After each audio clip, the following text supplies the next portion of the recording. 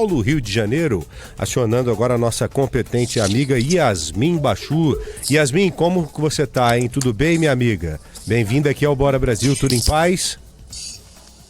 Oi, Joel. Oi, Ronald. Tudo bem? Boa tarde a vocês e a Olá. todos. Por aqui tentando, né, Joel? Retomar a rotina. Imagino. Depois daquela semana passada, né, de tanta, enfim, complexidade aqui por conta daquela mega operação nos complexos da Penha do Alemão, mas a gente espera que seja uma semana mais tranquila. Estamos acompanhando os desdobramentos aqui da ação e temos muitas novidades para falar aqui já, hein? É verdade, inclusive com a ida do Alexandre de Moraes, ele que é o relator da DPF lá, aquela rede de ações que impediu durante um bom tempo a ação policial nas comunidades do Rio de Janeiro e que recentemente liberou a ação, só que condicionada a algumas condições. Por exemplo, tem que ter câmera corporal, as body cams, o Ministério Público tem que ser avisado, tem que acompanhar a operação. Hoje o Alexandre de Moraes foi aí para o Rio de Janeiro para conversar com o governador e outras autoridades para fazer uma espécie de checagem, né, Yasmin?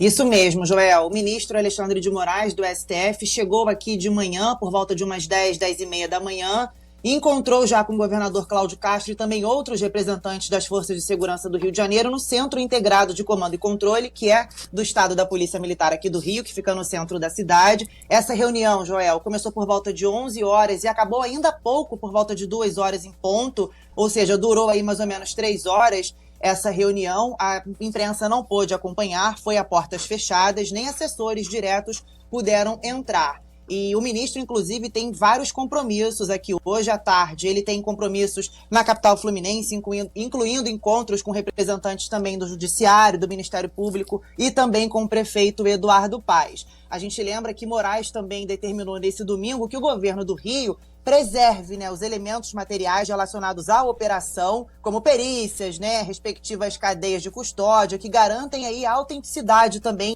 a validade das provas. Inclusive, Joel, temos também um novo balanço, né, que foi divulgado pelo governo do estado neste domingo, aí apresentando alguns números para a gente. Os números mudaram de semana passada para cá. Eles divulgaram aí o perfil de 115 dos 117 mortos nessa operação, né? E olha, o que chama a atenção é que mais de 95% deles, Joel, dos identificados, tinham ligação comprovada com o Comando Vermelho e 54% eram de fora do Rio de Janeiro. Então, essa lista foi divulgada pela Polícia Civil na noite desse domingo, né, ontem. 59 também deles tinham mandados de prisão pendentes, pelo menos 97 apresentavam aí históricos criminais.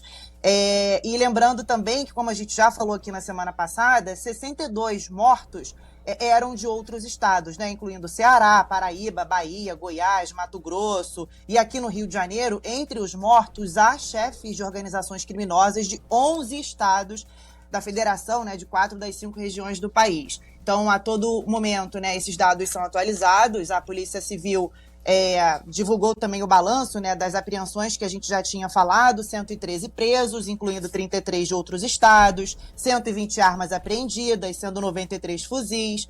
E, Joel, só para chamar a atenção também, a gente tem novidades, né, imagens inéditas também de drones dessa mega operação divulgadas pelo governo do estado, mostram ali o confronto armado entre criminosos e os policiais que estavam agindo. A gente tem imagens de drones também que mostram narcoterroristas, assim como estão sendo classificados pela polícia, armados com fuzis, né, de guerra mesmo, fuzis de uso militar, como a AK-47, a R-10, a R-15.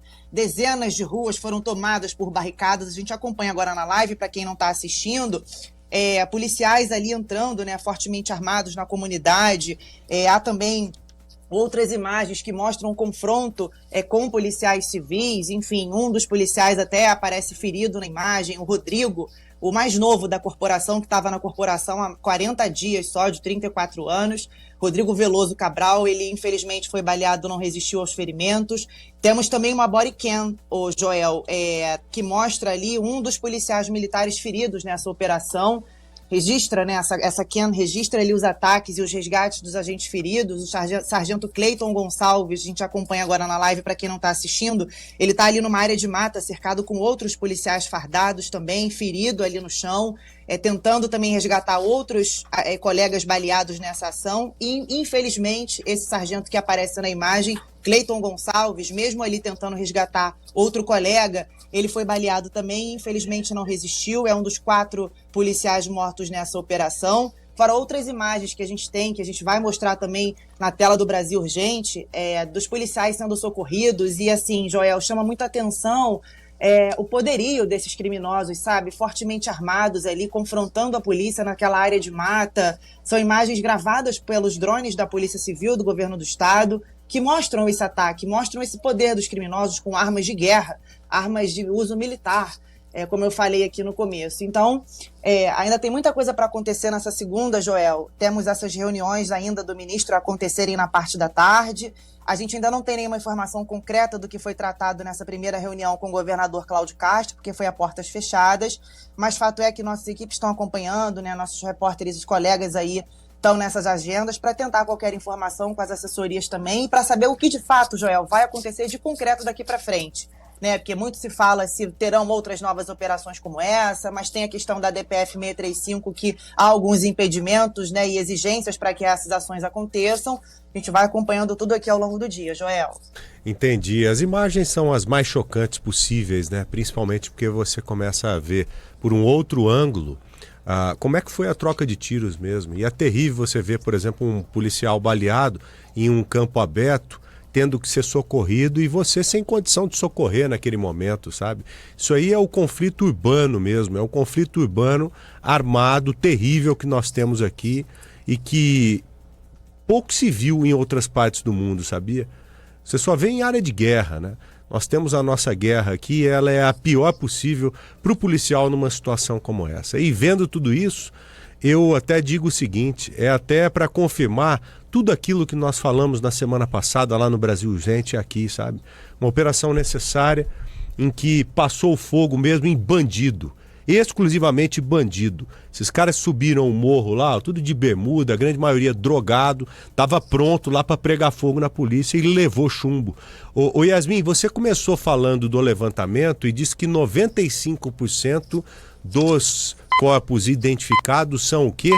Eu me esqueci, por favor. 95% são o quê? Eles tinham ligação comprovada, Joel, com o Comando Vermelho e 54% dos 115 identificados eram de fora do estado.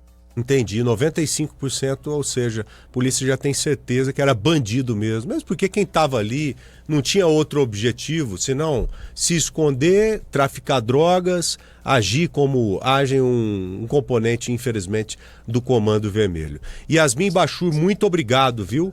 Um abraço para você, uma boa semana. Espero que a gente tenha uma semana diferente da semana passada. Até amanhã, querida. Para nós, Joel, boa tarde, um beijo para vocês, até amanhã. Tchau, querido. Valeu.